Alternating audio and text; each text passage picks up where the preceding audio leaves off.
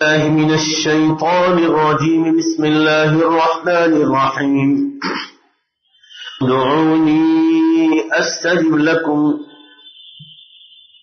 صدق الله العظيم. درود شریف پڑھ لیا جائے. وعن ابي موسى الاشعري رضي الله عنه عن النبي صلى الله عليه وسلم انه كان يدعو بهذا الدعاء: اللهم اغفر لي خطيئتي وجهلي وإسرافي في أمري وما أنت أعلم به مني، اللهم اغفر لي جدي وهزلي وخطائي وعمدي، أقول ذلك عندي، اللهم اغفر لي ما قدمت وما أخرت وما أسررت وما أعلنت وما أعلم به مني، أنت المقدم وأنت المؤخر وأنت على كل شيء قدير.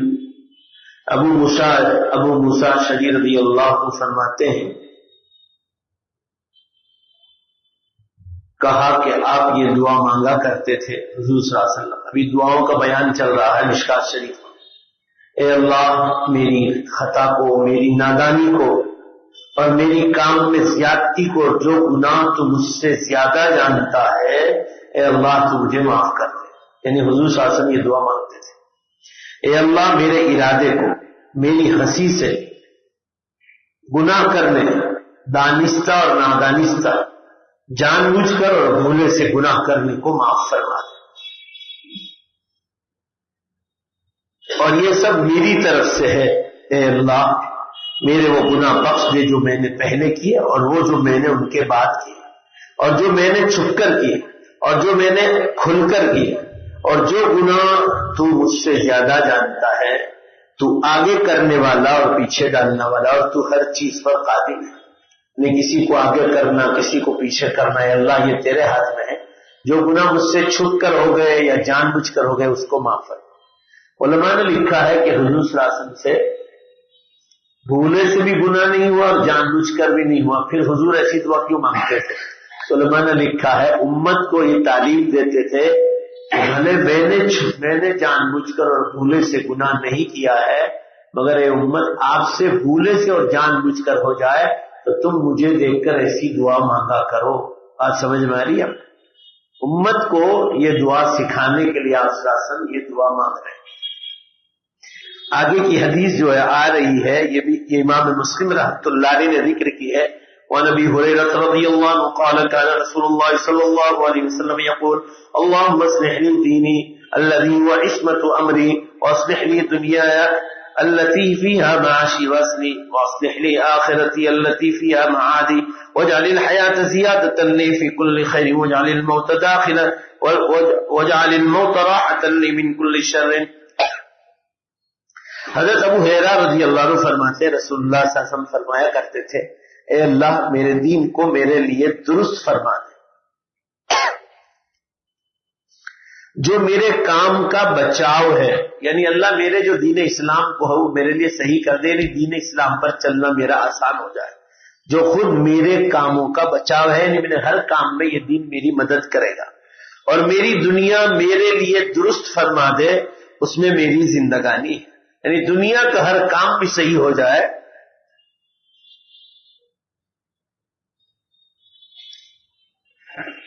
کیونکہ اس میں میری زندگی ہے. اور اللہ تو میری آخرت کو بھی آسان فرما دے، کیونکہ مجھے وہاں جا کر لوٹنا ہے، کیونکہ وہ ہمیشہ کی زندگی ہے. تو اللہ میری آخرت بھی درست فرما دے، کیونکہ مجھے مرنے کے بعد وہیں آخرت کی طرف دوبارہ آنا ہے. میری زندگی کو ہر نیکی کے کام میں زیادتی کا سبب بنا دے، یعنی اللہ میرے نیک کاموں کو بڑھا دے تاکہ آخرت میں کام آئے، اور میری موت کو میرے لیے ہر برائی سے آرام کا سبب بنا دے، یعنی اللہ میری موت کو میرے لیے برائی سے بچنے کا سبب بنا دے، کیونکہ موت کے بعد زندگی کا حساب دینا ہے. آگے آ رہی ہے جو ہوا اس حدیث میں حضور صلی اللہ علیہ وسلم نے یہ فرمایا، اللہ میرے دین اسلام کے کاموں کو بھی صحیح کر دے، جو میں دین کے لیے کر رہا ہوں، میری دنیا بھی سنوار دے، اس لیے کہ میری زندگی ہے، یعنی جس میں حلال روزی بھی ملے، مجھے کوئی تکلیف نہ ہے، اور اللہ میری آخرت بھی آسان فرما دے، اس لیے کہ وہ میرے قیامت کے دن مجھے زندگی کا حساب دینا ہے، اور میری موت کو میرے لیے برائیوں سے بچانے کا سبب بنا دے، یعنی ہر وقت مجھے موت کی یاد آئے کہ کل اٹھ کر مرنا ہے تو میں گناہوں سے بچا رہا ہوں.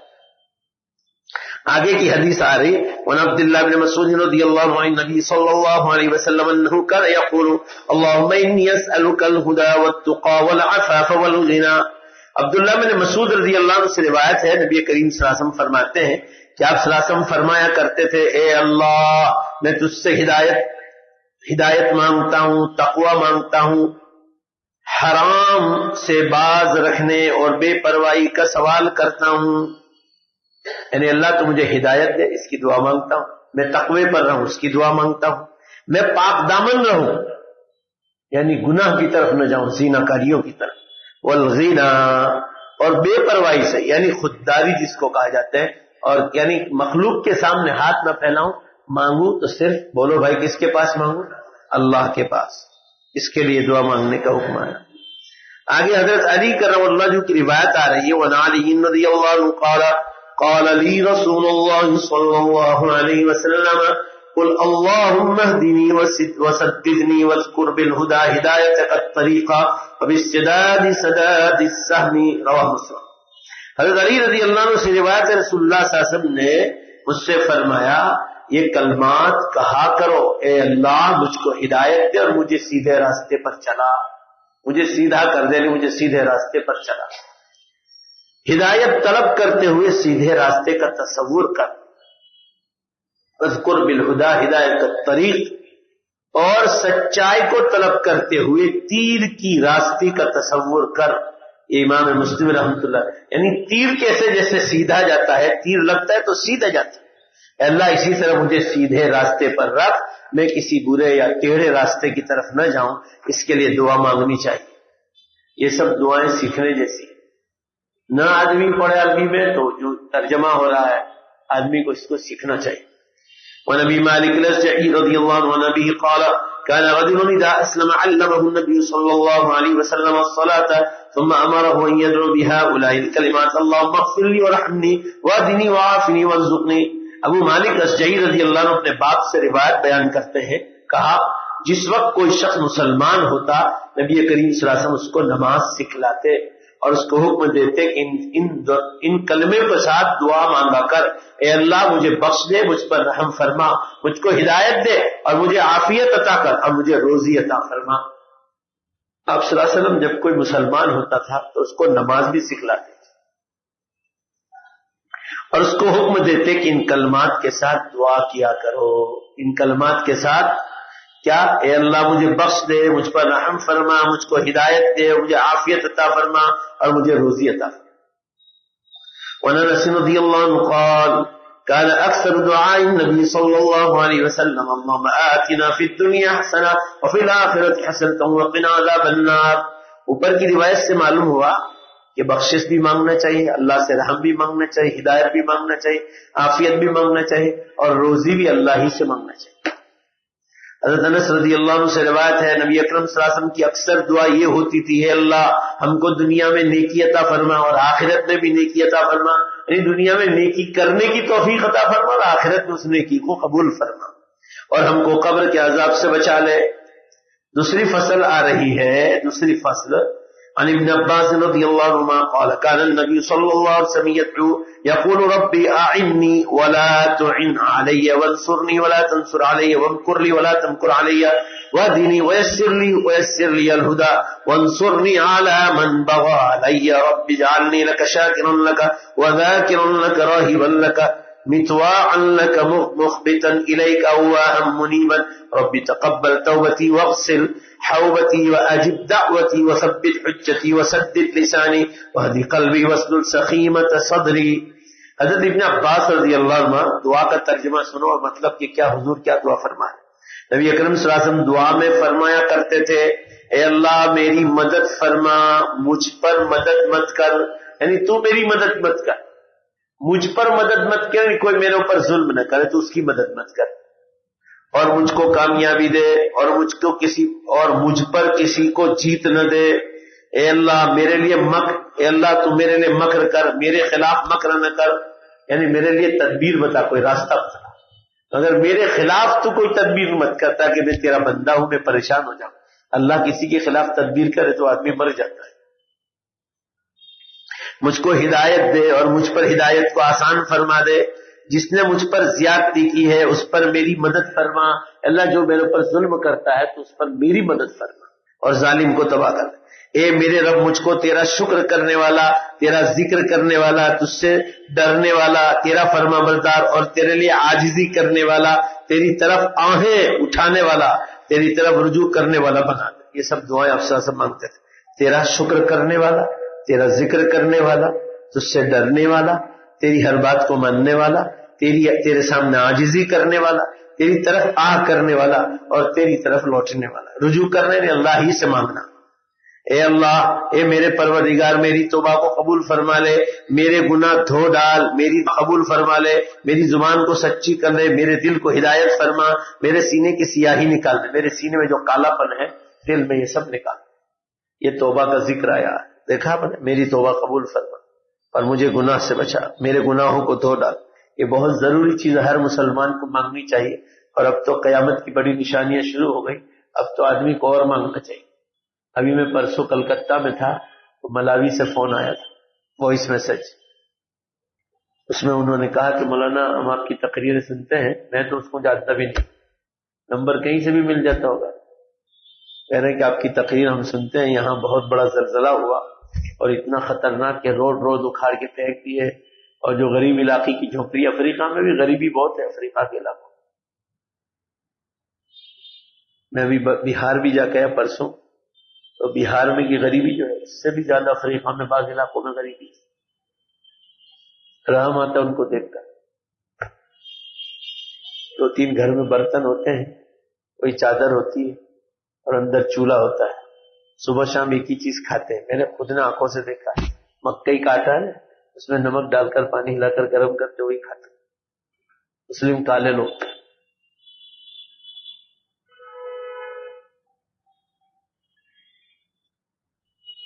تو وہاں سے فون آیا کہ دیکھو یہ فوٹو بھیجے، جھوپڑیاں اور مکانات الٹ گئے تھے، پورے باقاعدہ الٹ گئے تھے، اور جو دیواریں تھی پکی وہ بھی ختم ہو گئی، ٹوٹ کر نیچے گر گئے کتنی جگہ، اور جان ہانی نہیں ہوئی کیونکہ ہماری طرف بڑی بڑی بلڈنگیں نہیں ہوا، اور کئی شہروں میں جھٹکے، افریقہ میں بھی اس کے جھٹکے محسوس ہوئے، ادھر زامبیا میں، تو میں نے 5-7 منٹ کے ایک بیان ٹیپ کر کے وہاں بھیجا تھا، آیا تھا کہیں کہ اب قیامت کی بڑی نشانیاں شروع ہو گئی، اور یہ بھی کہا کہ اب میں اکیلا نہیں بولتا ہوں، حرم شریف کے دونوں اماموں نے جمعے کے خطبے میں بیان دیا، شیخ سعود شریم کے خطبے میں جو میں موجود تھا پچھلے سال 2016 دسمبر میں، انہوں نے یہ جملہ کہا تھا، اور اتنا روئے، حرم شریف میں آواز آ رہی تھی، حرم شریف میں اس میں آوازیں آ رہی تھی، اتنا رو رہے تھے، اور وہ یہ بول رہے تھے واللہ الامہ قد اختتمت اشراط الساعة الکبری، اے امت اللہ کی قسم قیامت کی بڑی نشانیاں تقریباً ختم ہو گئی، میں تو 4 کہتا ہوں، ہو سکتا ہے ان کو اللہ نے زیادہ بتلائی، تو کیا حرم کے امام بھی جھوٹ بول رہے ہیں؟ بھائی بولو نا، ہم تو صرف یہ بتلا رہے ہیں نشانیاں شروع ہو گئی، اب 35-40 جو اللہ کو منظور ہوگا، اتنے برس باقی ہے دنیا کہ اب توبہ کرو، قیامت بہت قریب آ گئی، قیامت آئے گی جب آئے گی، وہ بحث چھوڑ دو، ابھی سب سے بڑا خطرہ ہے سورج کے پشچم سے نکلنے کا، اور وہ جو نکل گیا تو توبہ کے دروازے بند ہو جائیں گے، 5-10 برس میں ہی ہونے والا، آپ لکھ لو ہماری بات، لوگ مذاق سمجھتے پر سب روئیں گے۔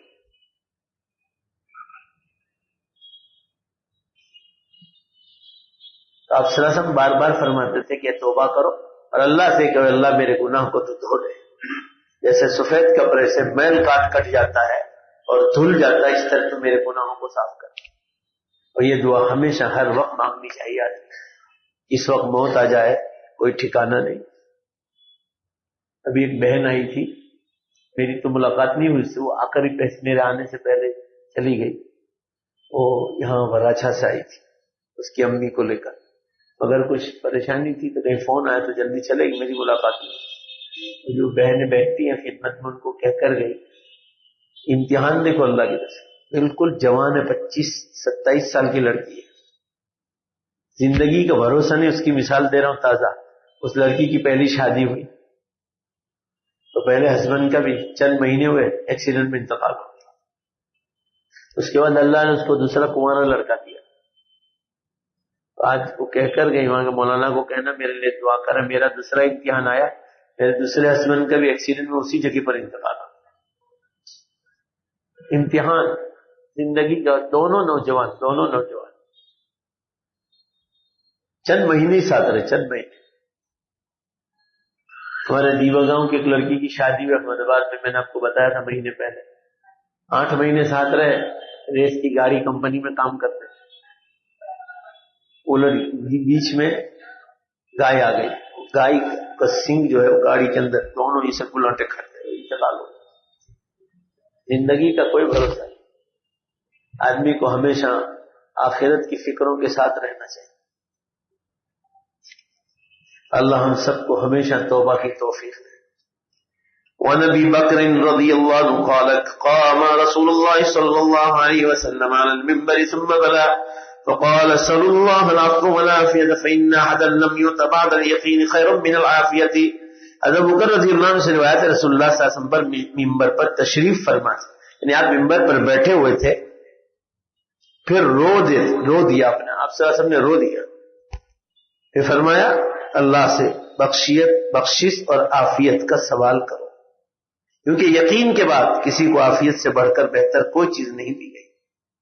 یعنی حضور صلی اللہ علیہ وسلم ایک بار ممبر پر تشریف لائے اور پھر آپ نے رو دیا اور پھر امت سے یہ فرمایا کہ بخشش کے ساتھ اللہ سے عافیت راحت کا سوال مانگا کرو، کیونکہ یقین آ جانے کے بعد سب سے بڑھ کر کسی شخص کو اگر کوئی نعمت ہے تو عافیت کا مل جاتا ہے. دنیا میں عافیت، آخرت کی عافیت، سمجھا آپ، سکون مل جائے، راحت مل جائے، یہ سب سے بڑی چیز. اتنے لوگ ہیں دنیا میں ان کو چین ہی نصیب نہیں. آگے کی حدیث آ رہی ہے. وعن انس رضی اللہ عنہ ان رجلا جاء الى النبي صلی اللہ علیہ وسلم فقال یا رسول اللہ ای الدعاء افضل قال سل ربك العافية والمعافاة في الدنيا والآخرة. ثم أتاه في اليوم الثاني فقال يا رسول الله صلى الله عليه وسلم أي الدعاء أفضل فقال له مثل ذلك. ثم أتاه في اليوم الثالث فقال له مثل ذلك. قال فإذا أعطيت العافية والمعافاة في الدنيا والآخرة فقد أفلحت. حضرت انس رضی اللہ عنہ فرماتے ہیں کہ ایک آدمی نبی کریم صلی اللہ علیہ وسلم کے پاس آیا، اس نے کہا اے اللہ کے رسول کون سی دعا سب سے اچھی ہے، دھیان دو. فرمایا اپنے رب سے عافیت مانگو، دنیا اور آخرت میں معافات کا سوال کرو، یعنی اپنے رب سے عافیت مانگو کہ اللہ عافیت نصیب فرما. عافیت آ گئی، سب کچھ آ گیا، دنیا میں عافیت، روزی میں عافیت، تندرستی میں عافیت، دین میں عافیت، اللہ ہر چیز میں عافیت عطا فرما، چلتے پھرتے مانگا کر. اور اللہ دنیا اور آخرت میں معافات کا معاملہ فرما، یعنی معافی کا معاملہ فرما. پھر وہی شخص آپ کے پاس دوسرے دن آیا، پہلے دن آ کر کے اللہ کے رسول مجھے ایسی کوئی افضل دعا بتاؤ، کہا دنیا میں عافیت. جو لوگ بھی جس مسئلے میں پریشان ہیں ہمیشہ اللہ سے عافیت مانگا کرو، اے اللہ دنیا اور آخرت کی ہر عافیت نصیب فرما. بھائی بولو گے نا، مانگو گے نا انشاءاللہ، پھر ہر چیز مل جائے گی. یہ وہی شخص دوسرے دن آیا، ہاں پھر دوسری چیز فرمایا دنیا اور آخرت میں معافی کا معاملہ. وہی شخص دوسرے دن آ کر اللہ کے رسول کون سی دعا افضل ہے؟ آپ نے اسی طرح فرمایا کہ عافیت مانگو اور دنیا اور آخرت میں اللہ معافی کا معاملہ کر دے. پھر آپ نے فرمایا جب تجھ کو دنیا اور آخرت میں معافات مل گئی تو کامیاب ہو گیا، یعنی دنیا اور آخرت میں اللہ نے تجھے معاف کر دیا تو سمجھے تو کامیاب ہو گیا. اللہ ہم سب کو نصیب فرما. وعن عبد الله بن يزيد الخطمي رضي الله عنه عن رسول الله صلى الله عليه وسلم أنه كان يقول في دعائه اللهم ارزقني حبك وحب من ينفعني حبه عندك اللهم ما رزقتني مما أحب فاجعله قوة لي فيما تحب اللهم ما زويت عني مما أحب فاجعله فراغا لي فيما تحب.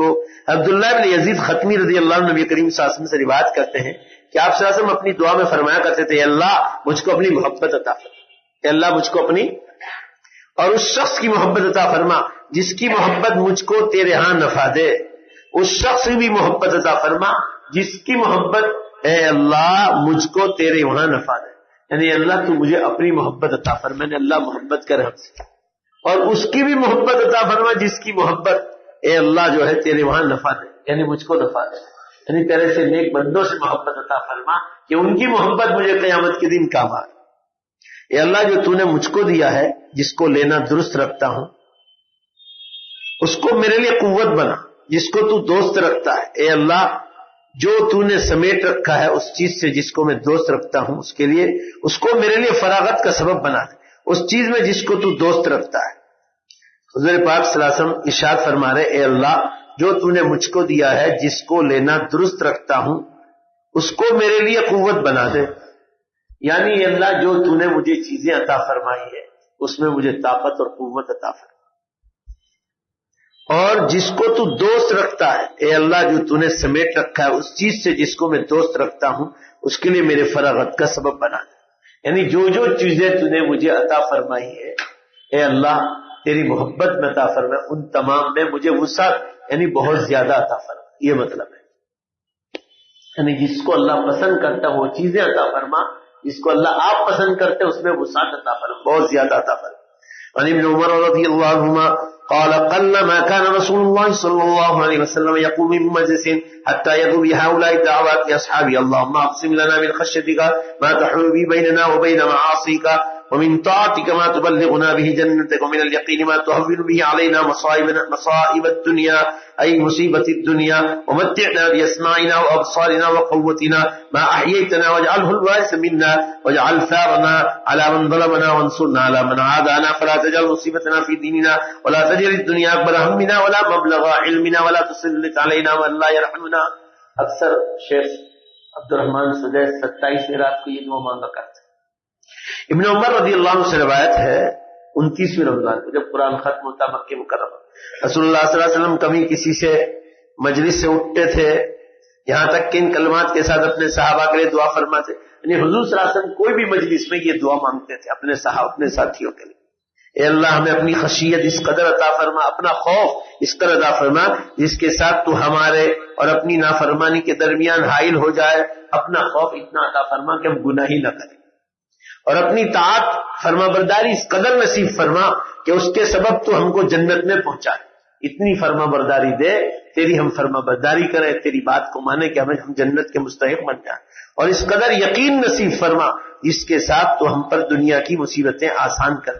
یعنی جب اللہ کی ذات اور نبی صلی اللہ علیہ وسلم کی باتوں پر یقین آ جائے تو اللہ ہماری مصیبتوں کو بھی آسان کر دیتا ہے اور ہم کو ہماری سنوائیوں کان کی سنوائی آنکھوں کی بینائی اور ہماری قوت کے ساتھ بہرامن فرما یعنی طاقت عطا فرما جب تک تو ہم کو زندہ رکھے اور اس بہرہ مندی کو ہمارا وارث بنا. ہماری کینہ کشی اس پر گردان جس نے ہم پر ظلم کیا ہے یعنی جس نے ہم پر ظلم کیا اللہ تو اس سے ہمارا بدلہ لے لے. ہم کو اس شخص پر جیت دے دے جو ہم سے دشمنی رکھے. ہمارے دین میں ہماری مصیبت نہ گردان دنیا کو ہمارا برا اندیشہ نہ بنا اور نہ ہمارے علم کی نہایت بنا پر اس شخص کو مسلط نہ کر جو ہم پر رحم نہ کرے. یعنی اللہ کو ایسا ظالم ہم پر مسلط نہ کر جو ہمارے اوپر رحم نہ کرے اور ظلم ہمارے اوپر اسی وقت ہوگا جب اللہ ہم تیرے لیے اعمال کو چھوڑیں گے. لہذا تو ہمیں اعمال کی توفیق عطا فرما. وعن ابي هريره رضي الله عنه قال كان رسول الله صلى الله عليه وسلم يقول اللهم انفعني بما علمتني وعلمني بما ينفعني وزدني علما. الحمد لله على كل حال واعوذ بالله من حال اهل النار. ابو ہریرہ رضی اللہ عنہ فرماتے رسول اللہ صلی اللہ علیہ وسلم فرمایا کرتے تھے اللہ مجھ کو نفع دے جو تو نے مجھ کو سکھلایا اور مجھ کو سکھلا وہ علم جو مجھ کو نفع دے. یعنی اللہ مجھ کو نفع دے جو تو نے مجھے سکھلایا یعنی آج تک علم دین جو دیا ہے اس کا مجھے نفع دے دے اور جو تو نے مجھ کو سکھلایا جو تو نے مجھے علم دیا ہے اس سے مجھے نفع پہنچے اور وہ میرے علم کو زیادہ تر ہر حال میں اللہ کی تعریف ہے اور میں اللہ کے ساتھ اہل نار کی حالت سے پناہ پکڑتا ہوں. کیا کہنا چاہتے کہ اللہ جہنم میں جو لوگ جائیں گے ان لوگوں کے ساتھ میرا حشر نہ فرما. اللہ تعالیٰ جہنم کے دھوئیں سے بھی ہماری حفاظت فرما. وعن عمر بن الخطاب رضی اللہ عنہ قال كان النبي صلى الله عليه وسلم اذا انزل عليه الوحي سمع عند وجهه دوي كدوي النحل فانزل عليه يوما فمكثنا ساعة فسري عنه فاستقبل القبلة ورفع يديه قال اللهم زدنا ولا تنقصنا واكرمنا ولا تهنا وعاطنا ولا تحرمنا واسرنا ولا نؤثر علينا وارضنا وارض عنا. ثم قال انزل علي 10 آيات من اقامهن دخل الجنة. ثم قال قد افلح المؤمنون حتى ختم 10 آيات. حضرت عمر بن الخطاب رضی اللہ عنہ سے روایت ہے جس وقت نبی کریم صلی اللہ علیہ وسلم پر وحی نازل ہوتی آپ کے چہرے کے پاس سے شہد کی مکھی جیسی آواز سنائی دیتی جب قرآن کی کوئی وحی آتی تھی اللہ تعالیٰ کی طرف سے تو جبریل علیہ السلام آتے تھے اپنی اصلی شکل میں، کبھی داہیہ بن خلیف قلبی کی شکل میں آتے تھے، اور کبھی جریر بن عبداللہ البجلی کی شکل میں آتے تھے، انسانی شکل، اور کبھی کبھی گھنٹی کی آواز جیسی آتی تھی تو سمجھ جاتے تھے کہ اللہ کی وحی آ رہی۔ صحابہ فرما رہے کہ کبھی مکھی جو آواز کرتی، شہد کی مکھی، اس جیسی آواز آتی تھی۔ ایک دن آپ پر وحی نازل ہوئی، کچھ عرصے ہم ٹھہرے رہے، آپ سے وہ حالت دور کر دی گئی وحی کی۔ آپ نے اپنا منہ قبلے کی طرف کیا اور اپنے دونوں ہاتھ اٹھا اور فرمایا اے اللہ ہمیں زیادہ کر اور کم نہ کر، ہم کو بزرگ رکھ یعنی عزت عطا فرما اور ہم کو ذلیل نہ کر، ہم کو عطا فرما، ہم کو دے اور ہم کو محروم نہ مکر، ہم کو برگزیدہ بنا دے، تیرا فرما بردار بنا دے، اور ہم پر کسی کو برگزیدہ نہ کر، یعنی کوئی ہم پر برگزیدہ نہ کرے مطلب کوئی ہم پر ظلم نہ کرے، ہم کو راضی نہ کر، ہم سے راضی رہے۔ اور اللہ پھر فرمایا مجھ پر 10 آیات نازل کی گئی ہے، جو شخص ان پر عمل کرے گا جنت میں داخل ہوگا۔ پھر وہ آیتیں یہ ہیں قد افلح المؤمنون الذین هم فی صلاتهم خاشعون، کامیاب ہو گئے وہ مسلمان جو نمازوں کو دھیان سے پڑھتے ہیں۔ قد افلح المؤمنون الذین هم فی صلاتهم خاشعون والذین هم عن اللغو معرضون، بیکار کی باتوں سے جس میں دنیا آخرت کا کوئی فائدہ نہیں، ایسی چیزوں سے وہ دور رہتے، جیسے ٹیلی ویژن کے گندے پروگرام، موبائل کا گندا چیٹنگ، اور بھی بہت سارے کام جس کا دنیا آخرت میں کوئی فائدہ نہیں۔ والذین هم عن اللغو معرضون والذین هم للزکاة فاعلون، وہ زکات کو ادا کرتے ہیں۔ والذین هم لفروجهم حافظون، اپنی شرمگاہوں کی حفاظت کرتے ہیں اور کسی پر ظلم نہیں کرتے۔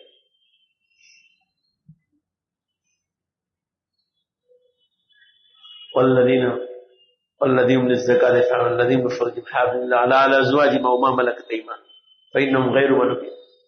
اس طرح قرآن کی 10 آیتیں آپ صلی اللہ علیہ وسلم پر نازل ہوئی۔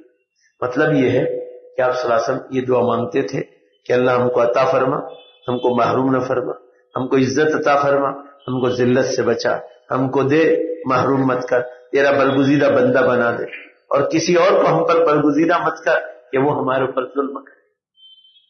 ہم کو اے اللہ ہم کو تو ہمیشہ تو ہم سے راضی ہو جا۔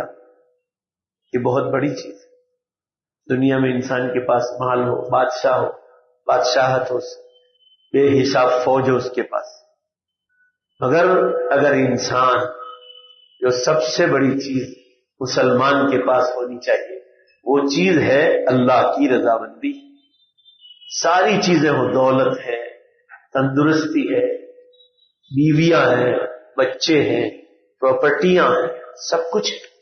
حدیث کا آخری جملہ ہے اللہ تو مجھ سے راضی ہے، قرآن میں بھی ہے وَرِضْوَانٌ مِّنَ اللَّهِ اکبر، اللہ راضی ہو جائے۔ زور سے بولو بھائی، اللہ راضی ہو جائے۔ قرآن میں ہے وَرِضْوَانٌ مِّنَ اللَّهِ اکبر، سب سے بڑی چیز وہ چیز ہے اللہ تم سے راضی ہو جائے، اور اللہ راضی ہوگا ایمان سے اور اعمال سے، دعائیں مانگنے سے، یہ چیزوں سے اللہ تعالی راضی ہوگا۔ آپ حضرات کو میں کیا بتاؤں، میں ابھی بہار اور کلکتہ سے آیا، جب 4 پروگرام تھے، ابھی آج ہی آیا ہوں، تو وہاں اتنی دینداری ہے جن علاقوں میں گیا تھا، عافیت جو حدیث میں ہے نبی کہ اللہ عافیت نصیب فرما، دنیا میں، روزی میں، آخرت میں، سب۔ کیسی عافیت ہے؟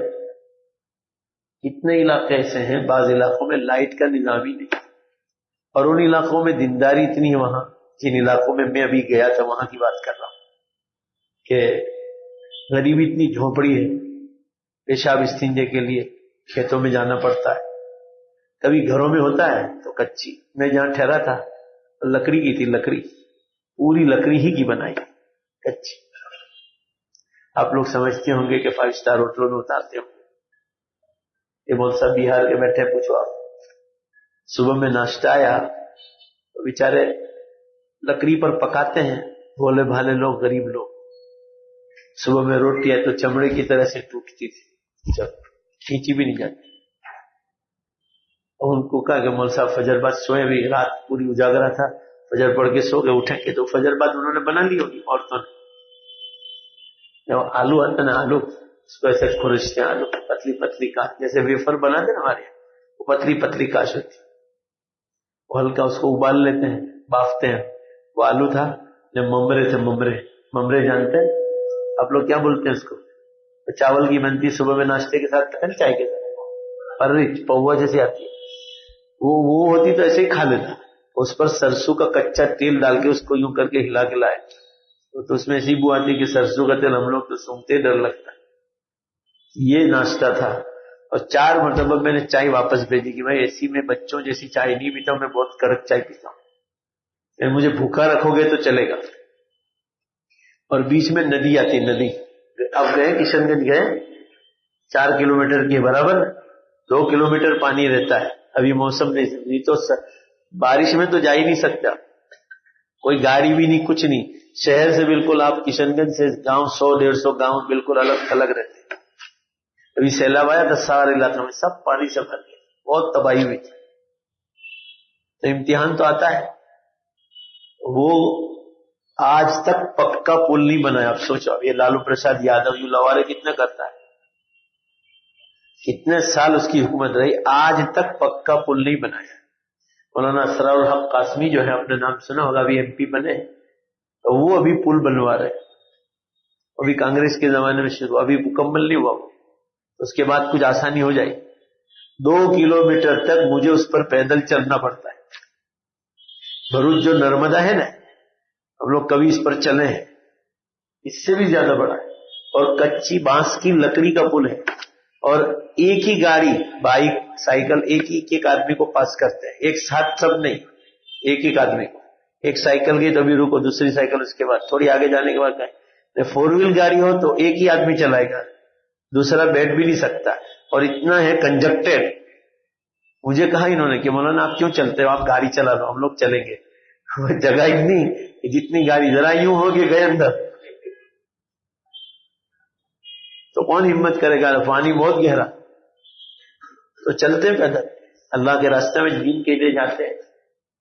تم لوگ ایسا سمجھتے ہوں گے بہار بنگال جاتے صبح میں کلیجی گردے کھاتے ہوں گے, تو ہم کو احساس ہوتا ہے کہ یہ جماعت والے جو جاتے ہیں یہ بھی بیچارے خود کرتے ہیں, تو یہی حال ہوتا ہوگا سب کا. ملتا ہی نہیں کچھ وہاں, دکانیں نہیں, یہی بھی ہے. آپ سوچ لو. مگر میں نے وہاں دیکھا عافیت ہے, عافیت. کیسی عافیت؟ ایک گائے ہے, گائے.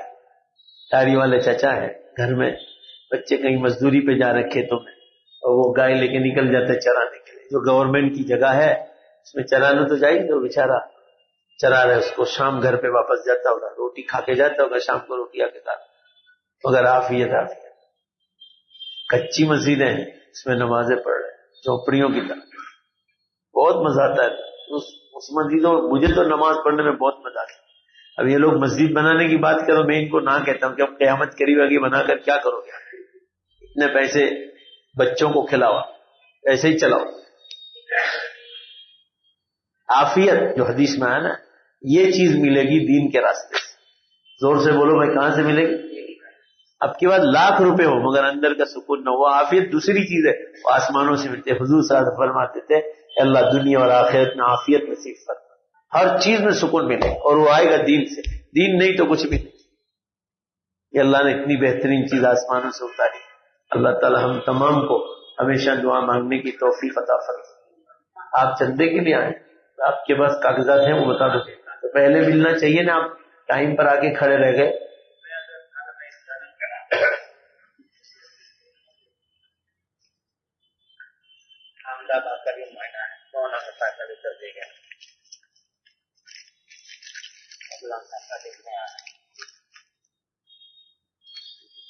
ایک 155 بچے پڑھتے ہیں, 21,68,000 سالانہ خرچہ ان حضرات کا, اور سب علماء کی تصدیقات ہیں. ٹھیک ہے, آپ باہر بیٹھ جاؤ, باہر بیٹھ جاؤ.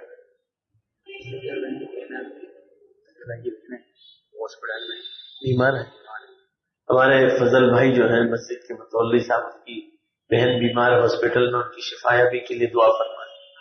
درود شریف پڑھ لے دعا. وہ بھائی آئے ہیں مدرسے کے. دیکھو ہمارے جو مدرسے ہیں نا گجرات کے, میں ابھی ان مدرسوں میں جا کے آیا ہوں, 4 کے ساتھ روزانہ 10 مدرسوں کی ملاقات کرتا تھا. کچھ مدرسے ہیں جو پکی عمارت ہیں، باقی سب جھوپڑی ہوئے، برابر پڑھ رہے، برابر. سمجھا؟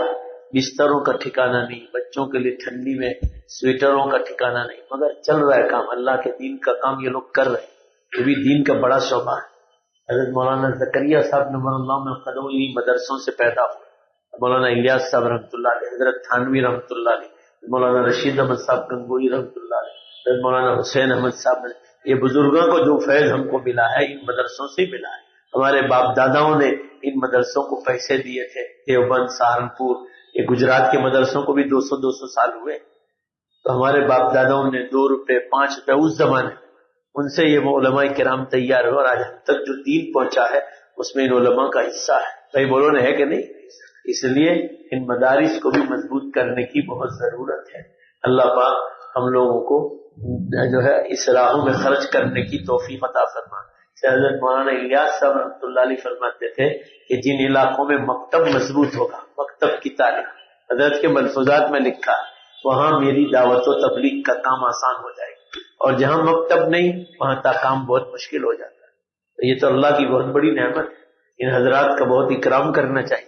یہ لوگ اپنے لیے نہیں کرتے، یہ مدرسوں کے لیے. میں آپ کو ہمیشہ کہتا ہوں کہ ایک 50 بچے لے کر آپ بیٹھ جاؤ، آپ کے پاس پیسے نہ ہو، اور امت کے بھروسے ان کے کپڑے، دوا دارو، خرچہ، سردیوں کا موسم، صبح شام کھانا پینا. میں جتنے مدرسے میں آپ کہو تو میں قسم کھانے کے لیے بہار بنگال کے مدرسوں میں کوئی چائے بھی نہیں پلاتا ہے. صبح میں چائے ہوتی نہیں، ان کے پاس پیسہ ہی نہیں ہے. بچے اٹھے، وضو کیا، نماز پڑھی فجر کی، اور پڑھنے میں لگ جاتے ہیں. ہمارے علماء کی تصدیق ہو، بات ختم ہو گئی. پھر ہمیں جو ہے ان پر، کیونکہ علماء جاتے میں جاتا ہوں اور بھی علماء کی تصدیقات ہیں، لہذا ان کو مدد کر کے جائیں. زکوٰۃ صدقہ للہ درود شریف پڑھ. بسم اللہ الرحمن الرحیم، الحمد للہ رب العالمین والعاقبۃ للمتقین والصلاۃ والسلام علی خیر خلق محمد وآلہ وصحبہ اجمعین. ربنا آتنا فی الدنیا حسنہ وفی الآخرۃ حسنہ وقنا عذاب النار. اے اللہ اپنے فضل سے ہمارے گناہوں کو معاف فرما، ہماری خطاؤں سے درگزر فرما، ہم سب کے یہاں بیٹھنے کو قبول فرما. اے اللہ ہمارے جتنے دینی سفر ہیں سب کو آخرت کے لیے قبول فرما.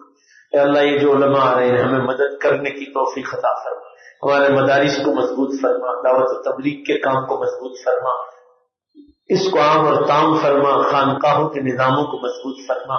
علماء حق کی جو کتابیں چھاپ کر امت تک دین پہنچا اس کو مضبوط فرما.